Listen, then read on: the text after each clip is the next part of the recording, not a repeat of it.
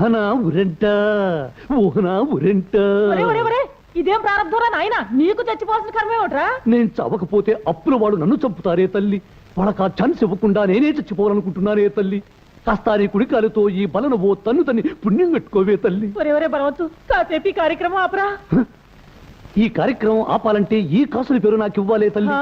దాంతో అప్పుల వాళ్ళని కొట్టి తరిమేస్తానే తల్లి. డబ్బు గురించి నా కాసుల పేరు అమ్ముతానంటావా దరిద్రుడా? నా మాట విని కొత్తపల్లి వెళ్ళి మీ అత్తయ్యతో నేను చెప్పానని చెప్పి 10,000 తెచ్చుకో. అడగ్గానే అంత డబ్బులు ఇవ్వడానికి అత్తయ్య డబ్బుల చెట్ట రూపాయల గుట్ట. ఇచ్చివాడా అందరికి ఎందుకు ఇస్తుందిరా? నీకు మాత్రం ఇస్తుంది. అందులోను నేను చెప్పానంటే ఖచ్చితంగా ఇచ్చి తీరాల్సిందే. ఏవే తల్లి, అంతలా నాకు డబ్బిస్తుంది అంటున్నావు? బహుశా మీరిద్దరూ కలిసి ఆ మూగతాన్ని నాకిచ్చి కట్టబెట్టాలని ప్రయత్నిస్తున్నారా? నేను డబ్బు తీసుకుని బయలుదేరితే నేను నీతో వస్తా అంటుందే ఓ తల్లి. దాని గురించి నువ్వేం భయపడద్దు నాయనా. ముందు మీ అత్తయ్య దగ్గరికి వెళ్ళి ఆ డబ్బు తెచ్చుకో. రేపే బయలుదేరుతానే తల్లి. నే వచ్చే వరకు ఈ ఉరితాడు అలాగే ఉంచు తల్లి. వెళ్ళిన పని జరగకపోతే వచ్చి మళ్ళీ వేలాడతానే తల్లి.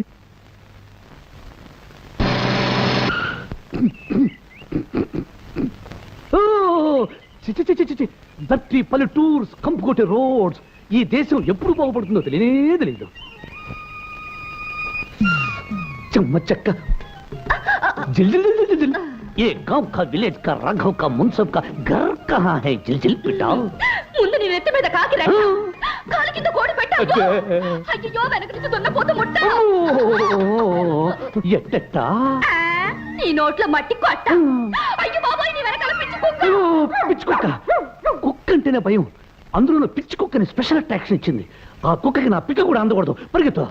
ఏమిట్రా ఇప్పుడు హఠాత్తుగా మీ అమ్మ 10,000 కావాలంటే ఎక్కడి నుంచి వస్తాయి? ఎక్కడి నుంచి వస్తాయో తెలిస్తే మా అమ్మ నన్ను అక్కడికే తోలేదే కదా. అవును, అసలు మా అమ్మ నిన్ను డబ్బు అడగటం, నువ్వు ఇవ్వటం, నేను పట్టుకుపోవటం, అది మావయ్యకు తెలియనివ్వకపోవటం, ఈకిరి పీకిరి జిగిపిగి కలిపి నాకు అర్థం కావటం లేదు. అదంతా నీకెందుకు లేరా? 2 రోజుల్లో డబ్బు ఏర్పాటు చేస్తాను, నువ్వు ఊరుకో. మీ పెళ్లికి నేను దగ్గరుండాలి. నా చేతులతోనే మిమ్మల్ని పెళ్లి కొడుకు పెళ్లి కూతురుగా అలంకరించి ఆలు మగల్ని చేయాలి. తప్పకుండా. అసలు నువ్వు చేయకపోతే మా పెళ్లి జరగదు. సత్యవతి, మరి నా కోరిక చెప్పమంటావా? ఏమిట్రంగా? అల్లరి చేసే సత్యవతి పండంటి బిడ్డను కంటానికి మా ఊరు వచ్చేటప్పుడు నాకు తెలియజేయాలి. నా బండి మీద ఊళ్ళోకి రావాలి. అలాగే. ఏయ్, నిజం చెప్తున్నావా అబద్ధం చెప్తున్నావా? అది కాలమే చెప్పాలి. బస్ వస్తుంది. బస్ మన కోసం అవుతుందా? ఆగదు కదా, ఆగినప్పుడు ఎక్కాలి. స్టాప్ స్టాప్ దా ఎక్కు. ఏమిటి సిద్ధాంతి గారు, మీరంటున్నది నిజమే? ఆ మోగ పిల్లకి మాటలు వచ్చాయా? వచ్చిందమ్మా, సలక్షణంగా వచ్చింది. అమ్మా, మరొక శుభవార్త. అది మనకి దుర్వార్త కావచ్చు అనుకోండి. ఆ లక్ష్మికి రంగడనే అబ్బాయికి పెళ్లి జరపడానికి ముహూర్తాలు కూడా పెట్టుకోబోతున్నారు. పెళ్లి జరిపిస్తారా? ఎలా జరిపిస్తారు? ఎలా జరుగుతుందని తెలియనట్టు అడుగుతావేమే తల్లి. చచ్చి స్వర్గానికి పోయిన నాన్నతో జరిగిందిగా నీకు పెళ్లి. అలాగా నువ్వు నోరు మీరా. అసలు రహస్యం తెలియక నువ్వు అలా వాగుతున్నావు. ఆ రహస్యం తెలిస్తే నువ్వు అడుగుతావు ఈ పెళ్లి ఎలా జరుగుతుంది అని. రహస్యమా? అయ్యా, ఈ నెల 15వ తేదీ ఉదయం 5:45 ముహూర్తం దివ్యంగా ఉంది. ఇంకా ఆలస్యం లేకుండా తాంబూలాలు పుచ్చుకునే కార్యక్రమం కూడా జరిపించేద్దాం. వర్జమైనా రావచ్చు, లేదా శనో పాదం అయినా పెట్టేయగలడు. పెట్టేయగలడే. పెట్టేశాడు. ఒక పాదం కాదు, 2 పాదాలు పెట్టేశాడు. ఏమిటన్నయ్యా, లక్ష్మికి పెళ్ళని తాంబూలాలు పుచ్చుకుంటున్నారని విన్నాను. చూస్తుంటే అదంతా నిజంలాగే ఉందే. అవును దుర్గా, అదేదో నేరమైనట్టు మాట్లాడతావేమిటి? నేరమే కాదు, ఘోరం కూడా.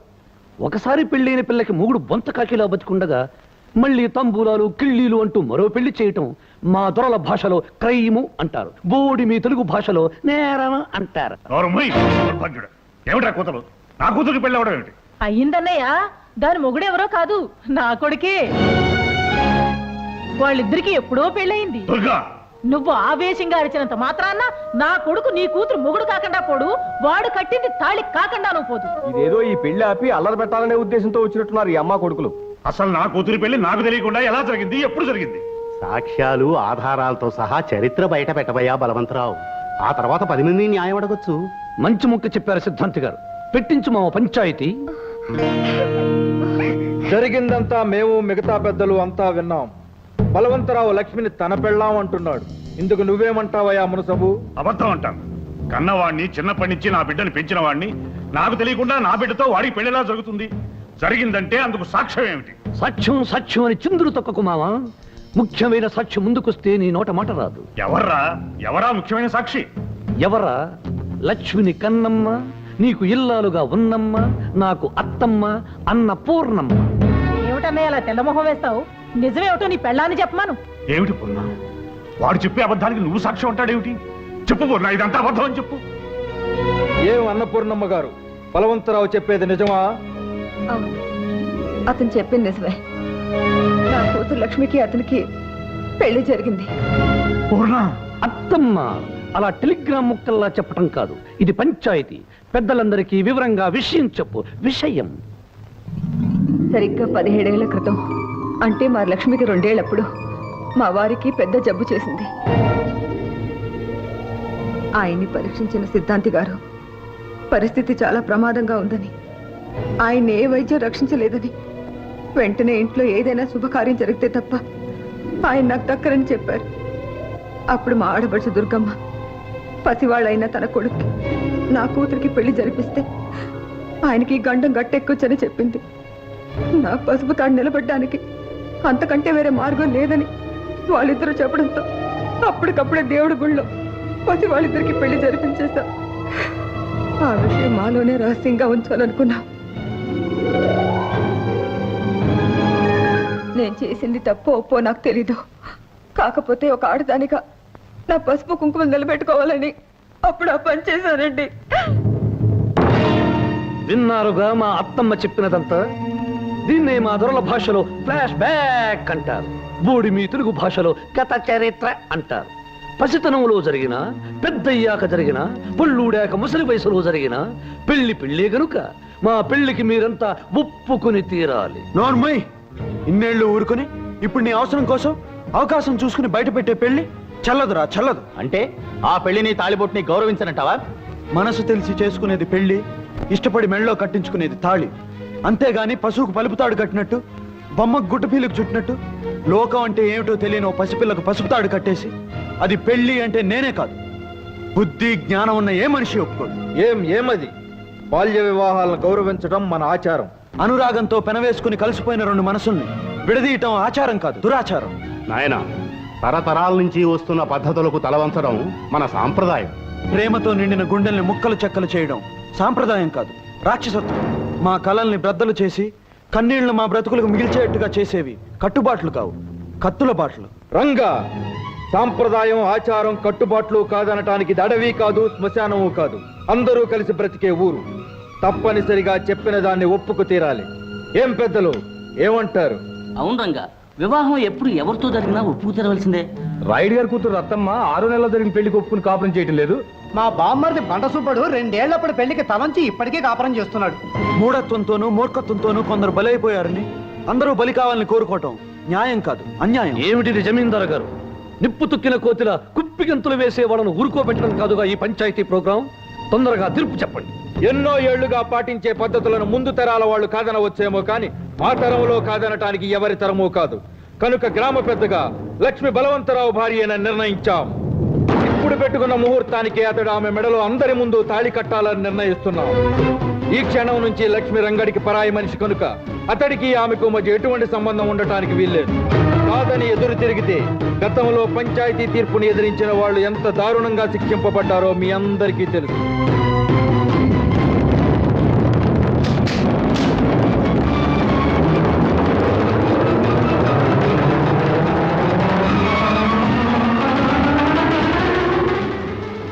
మామ, విన్నారుగా? దీన్నే మా దొరల భాషలో ముద్దుగా జడ్జిమెంట్ అంటారు, బోడి మీ తెలుగులో తీర్పు అంటారు. అదే ముహూర్తానికి పందిళ్లు వేయించి, పిండి వంటలు చేయించి, మేళ తాళాలు పెట్టించు మావా, నేను కడతాను తాళి. ఏయ్ దౌర్భాగ్యుడా! లక్ష్మి నా కన్న కూతురురా. దాని బతుకు విషయంలో లోకమంతా ఏకమై తీర్పిచ్చిన నేను ఒప్పుకోనురా.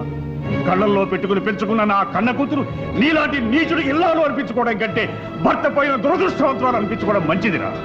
అందుకేరా ఇలాంటి రాక్షసుడి చేతిలో దాని బతుకు నాశనం కాకుండా కాపాడుకుంటాను. నేను నరికేస్తాను రా, నరికేస్తాను.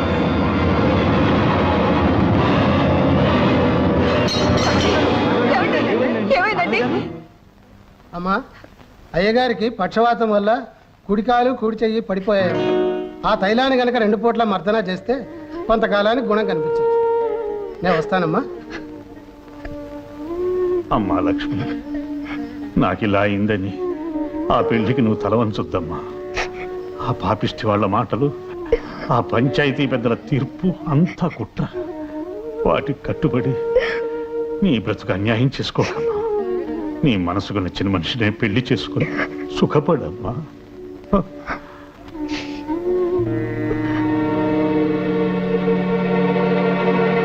వసే లక్ష్మి, మీ నాన్న ఏదో చెప్పాడని నువ్వు బరిదిగిస్తే ఎంత ఘోరమైనా జరగచ్చు. చిన్నప్పుడు పెళ్లి కాదనందుకి కాలు చెయ్యి పడిపోయింది. నువ్వు ఇంకో పెళ్లికి సిద్ధపడితే మీ నాన్న ప్రాణాలే తక్కువ.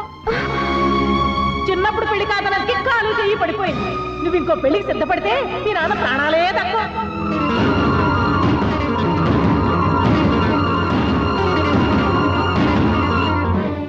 తల్లి దావేదా, ఏమిట్రా?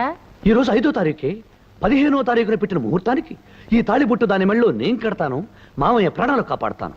అంతవరకు ఈ తాళిబుట్టు ఇక్కడే వేలాడుతుంటుంది. రోజుకో పేజీ లెక్క నేను చూస్తూ ఉంటాను. ఏమిటి ఫ్రెండ్ నువ్వనేది? ఏముంది, మీ నాన్నగారు తలుచుకుంటే నన్ను మునుసుబును చేయగలరు. ఆ పని చేశారంటే జీవితాంతం నేను మీకు రుణపడి ఉంటాను. దానిదేముంది, రేపే తహసీల్దార్తో మాట్లాడి పాత మునసబు గారు మంచం పట్టారని చెప్పి మీకు పట్టం కడతాం. మీరు వెళ్ళండి. సంతోషం. మావయ్య, మాజీ మున్సిపైన నువ్వు మంచాన పడ్డ కారణాన నీ కర్రా కండువా తీసుకుని నేను కొత్త మున్సిపయ్యే శుభ సందర్భాన నీకు కాలు చెయ్యి లేదు గనుక నోటితో ఆశీర్వదించు మావయ్య. భ్రష్టుడా! అయ్యా కొత్త మున్సిపయ్యా, పొద్దున్నే ఇలాంటి మాటలు పడే కన్నా అడిగి గాడితో తన్నించుకోవడం ఉత్తమోత్తమం. శాస్త్రి! అయ్యా, గ్రామ ప్రజల చేత ఈ కొత్త మున్సిపుకు జేజేలు కొట్టించు. ఓ రంగు రంగుల పిల్లి కొత్త మున్సిపుకు పాడుచుకును. ఆ పిల్లితో పాటే మన శని పోయింది బాబు. అలాగా? అయితే బయలుదేరు. ఎక్కడికి రా బయలుదేరా? ఇందాక నల్ల పిల్లి, ఇప్పుడు విధవ తల్లి. ఇలాగే బల్లి, పిల్లి, నల్లి దరిద్ర శకునాలు ఎదురవుతుంటే మనం ఎలాగరా బయలుదేరేది? అయ్యా, మంచి శకునం మనకు ఎదురు కాకపోతే మనమే మంచి శకునాన్ని వెతుక్కుంటూ పోవడం ఉత్తమోత్తమం. అలాగేనంటావా శాస్త్రి? సరి సరి, పద పద పద పద.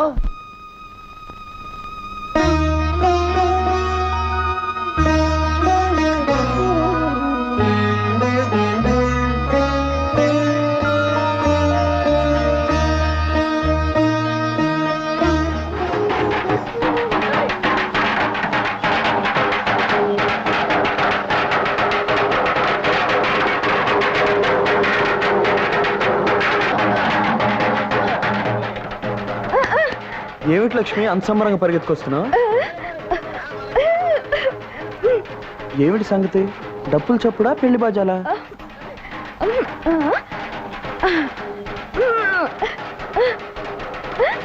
ఓహో, దేవుడు రేగింప.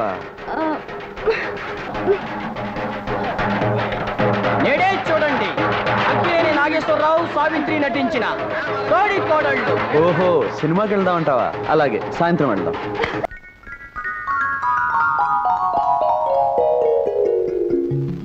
ఏవే కోడల పిల్ల, నీ గురించి గుర్రం పడితే రంగడు వచ్చాడు.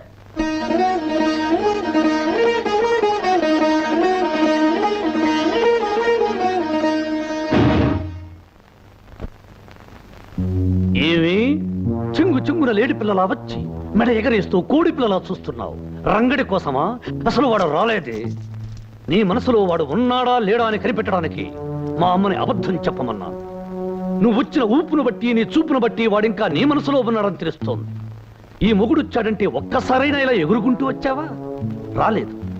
కానీ రంగ అనగానే చింగున వచ్చావు. అవునా కాదా? అవును, వచ్చాను.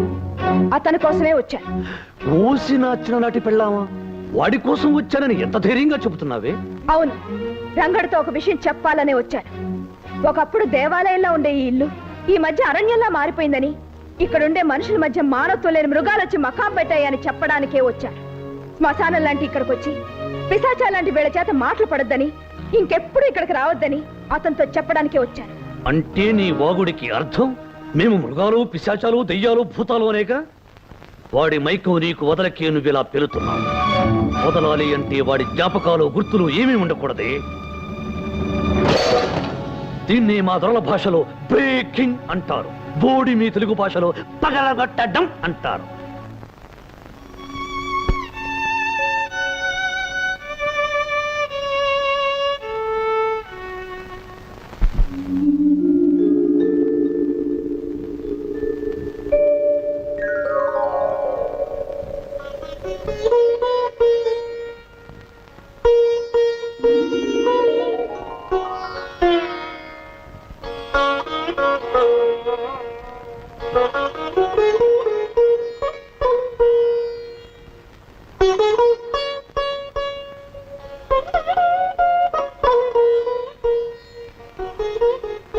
లక్ష్మి, అక్కడ నువ్వు నాటే మొక్క పువ్వు పూచే నాటికి మన ప్రేమ ఫలించి పెద్దలు దీవించి మన పెళ్లి జరిగిపోవాలి.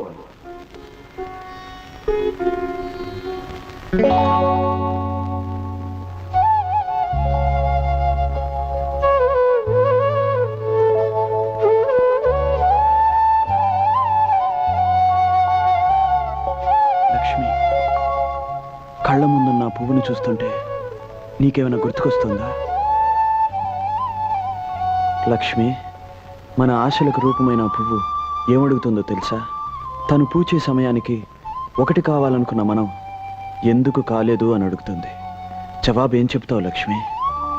తను పుయ్యకు ముందు మొక్క నాటేటప్పుడు చెప్పుకున్న మాటలు, చేసుకున్న భాషలు ఎందుకు చెరిగిపోయాయి అని అడుగుతుంది. జవాబు ఏం చెప్తావు లక్ష్మి? ఏమని చెప్పను, ఎలా చెప్పను?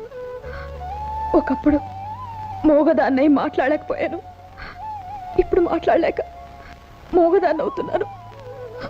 ఇలాంటి ప్రశ్నలకు జవాబు చెప్పాల్సిన పరిస్థితి వస్తుందని తెలుసుంటే ఎప్పటికీ మోగదానిగా మిగిలిపోయేదాన్ని. రంగా, మిగిలిపోయేదాన్ని. ఏమిటే కోడల పిల్ల, పొద్దున్నే గుమ్మం బయట పరాయి మగడితో పరాచకాలేమిటి? మళ్ళీ పంచాయతీ పెట్టించి గొడవ పెడితే మంచం మీద ఉన్న మీ నాన్నని బయట చాప మీద పడుకోబెట్టి తల దగ్గర దీపం పెట్టాల్సి వస్తుంది. జాగ్రత్త. రంగా, కొన్ని పువ్వులు పూయకుండా రాలిపోవడమే మంచిది.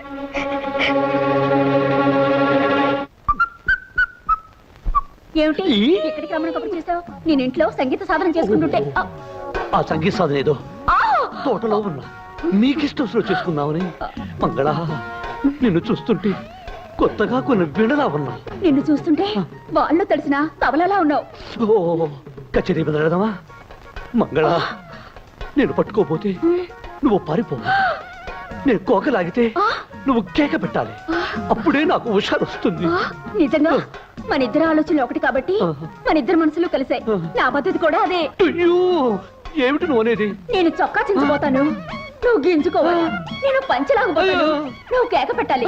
నేను పట్టుకోపోతాను, నువ్వు పరిగెత్తాలి.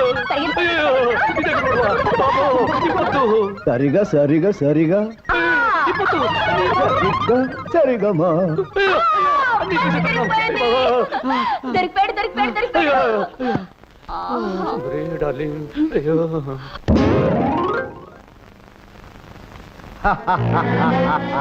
గీతమే కొట్టిన జమీందార్, నీ కూతురు పనిసరి పనిసరి.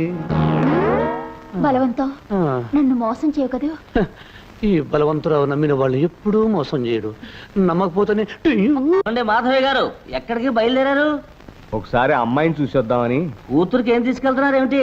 ఏముంది బాబు, ఆడపిల్లకి అన్నిటికంటే విలువైనవి, నాలాంటి పేదవాడికి అందుబాటులో ఉండేవి పసుపు కుంకాలేగా, అవే తీసుకెళ్తున్నాను. శుభం, వెళ్ళండి. మాధవయ్య గారు, మీరు కూతుర్ని చూడటానికి ఎంత తొందరపడుతున్నారో. మీరు వెళ్లే బస్సు అంత ఆలస్యమయ్యేటట్టుంది. చూసారా, ముందు అటు వెళ్లే బస్సు వస్తుంది.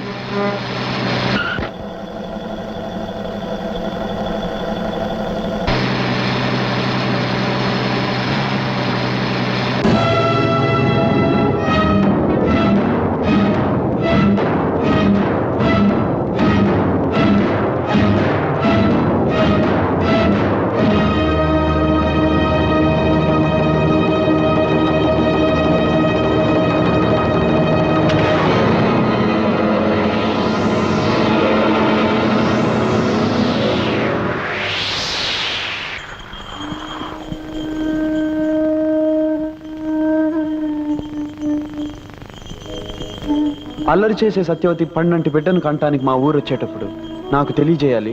నా బండి మీద ఊళ్ళోకి రావాలి.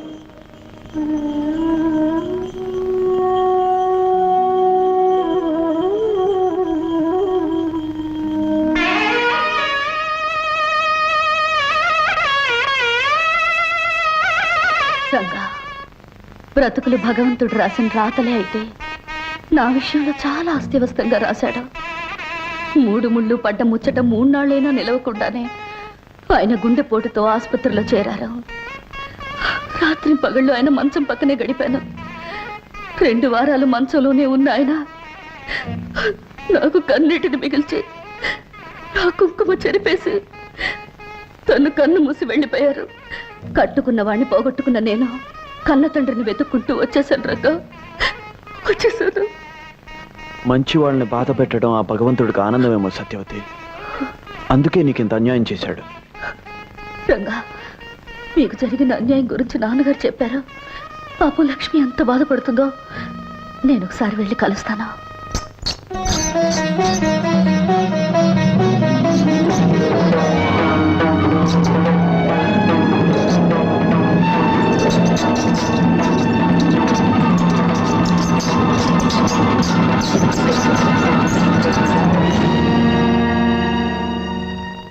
సత్యవతి, ఏమిటిది? తెల్లారిపోయిన నా బ్రతుకు నాకు ఇలా తెల్ల చీర మిగిల్చింది లక్ష్మి. సత్యవతి, నేను నమ్మలేకపోతున్నాను. దేవుడు లేని గుడిలా అనిపించే పుట్టు లేని నిన్ను చూస్తున్నా కూడా జరిగిన ఘోరాన్ని నేను నమ్మలేకపోతున్నాను. ఇలా ఆరిన ఆహారతిలాగా శోకమూర్తిలా మార్చేసి ఆ భగవంతుడు నీకు చాలా అన్యాయం చేశాడు, చాలా అన్యాయం చేశాడు సత్యవతి. ఊరుకో లక్ష్మి, నాకు జరిగింది అన్యాయం బాధపడుతున్నావే, నీకు మాత్రం ఏం న్యాయం జరిగిందని? నాకు తాళి కరువైంది, నీకు తాళి బరువైంది. సత్యవతి, లక్ష్మి, రంగడు నువ్వు పాట పల్లవిలా కలిసి ఉంటారనుకున్నాను, కానీ ఇలా నింగి నేలలా దూరం అవుతారని ఊహించలేదు. సత్యవతి, మనకి ఎలా రాసి పెట్టుంటే అలాగే జరుగుతుంది. తొందరపాటులో పొరపాటుగా ఆ దేవుడు రాసిన రాతలో చెరిపేసి మళ్ళీ రాసుకోవాలి మనిషి. సత్యవతి, ఏమిటి నువ్వనేది? అవును లక్ష్మి, నా విషయం మన చేతిలో లేనిది, మనమేం చేయలేంది. కానీ నీ విషయం అలా కాదు. అర్థం లేని బంధాల్ని తెంచుకోగలిగితే దేవుడు రాశాడనుకునే రాతల్ని గీతల్ని మార్చొచ్చు. నా చేతుల మీదుగా మీ పెళ్లి చేస్తానని నేనన్న మాటలు నిజం చెయ్యొచ్చు, నిజం చేసి తీరుతాను. ఏమి అబద్ధాల సత్యవతి, కుదురుగా కొంపలో పడుండక లక్ష్మి దగ్గరకు వచ్చి పెళ్లి నా చేతులతో చేస్తాను అనే కూతలు కూస్తూ ఛాలెంజ్లు చేస్తున్నావేమిటి? నేనన్నవి ఖచ్చితంగా జరగబోయే నిజాలు. నా చేతులతో రంగడు లక్ష్మిని వధూవరులు చేస్తాను, పెళ్లి చేసి తీరుతాను. తొందరపడి ఆ పని మాత్రం చేయకు. ఎందుకో తెలుసా? ముండమోపివి.